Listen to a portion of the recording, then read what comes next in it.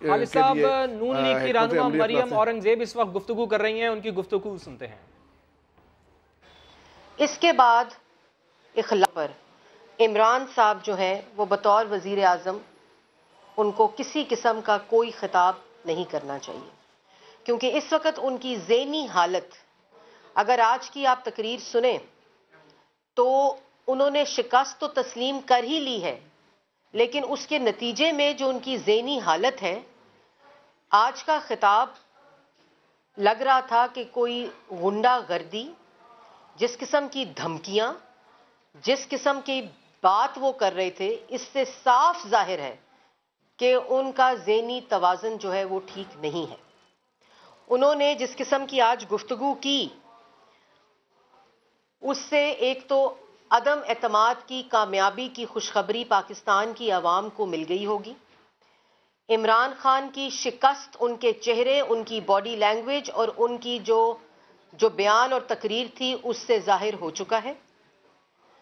पाकिस्तान की आवाम को ये खुशखबरी मिल गई है कि जल्द से जल्द जो नालायक, चोर, करप्ट टोला इमरान साहब की शक्ल में मुल्क पे 3.5 साल पहले मुसल्लत किया गया था, वो जा चुका है।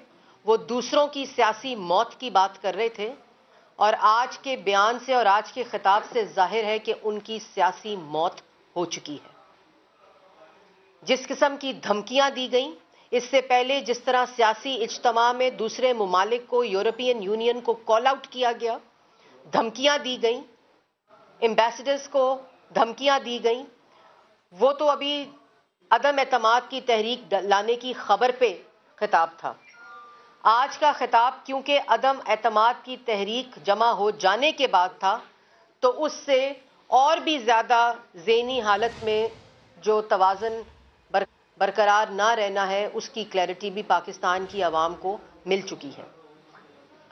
पहली बात, आज अपना पहला टारगेट, दूसरा टारगेट और तीसरा टारगेट बताते रहे। जब पहली दफ़ा उन्होंने टारगेट की बात की तो मैं वाकई ये समझी थी कि पहला टारगेट शायद आटा कम करना, उस आटे की कीमत की कम करने की अनाउंसमेंट होगी।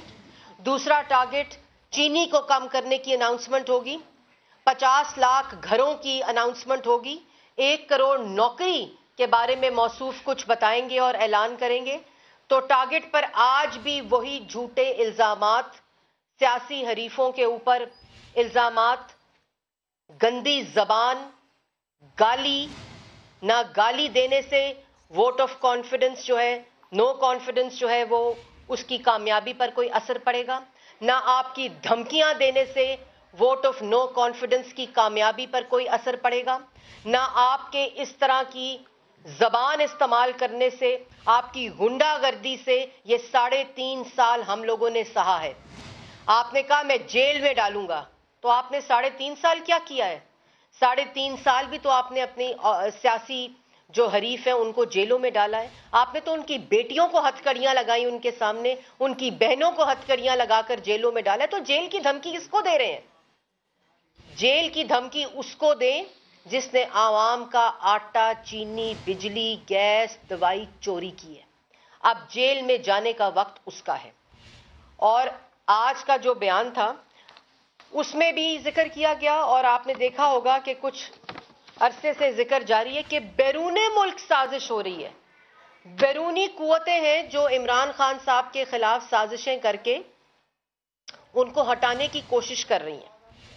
और उसके ऊपर मैं ये कहना चाहती हूं कि इमरान खान साहब, बैरूने मुल्क साजिश होकर आपको क्यों हटाने जाने की कोशिश की जाएगी? आपने तो सीपैक बंद कर दिया। आपने कश्मीर का सौदा हो गया आवाज बुलंद नहीं की। आप तो IMF की तरले मिन्नतें करके माशी सलामती और पाकिस्तान की जो खुद मुख्तारी थी वो आपने IMF के हवाले कर दी। फैटफ के अंदर आपने मिन्नतें की।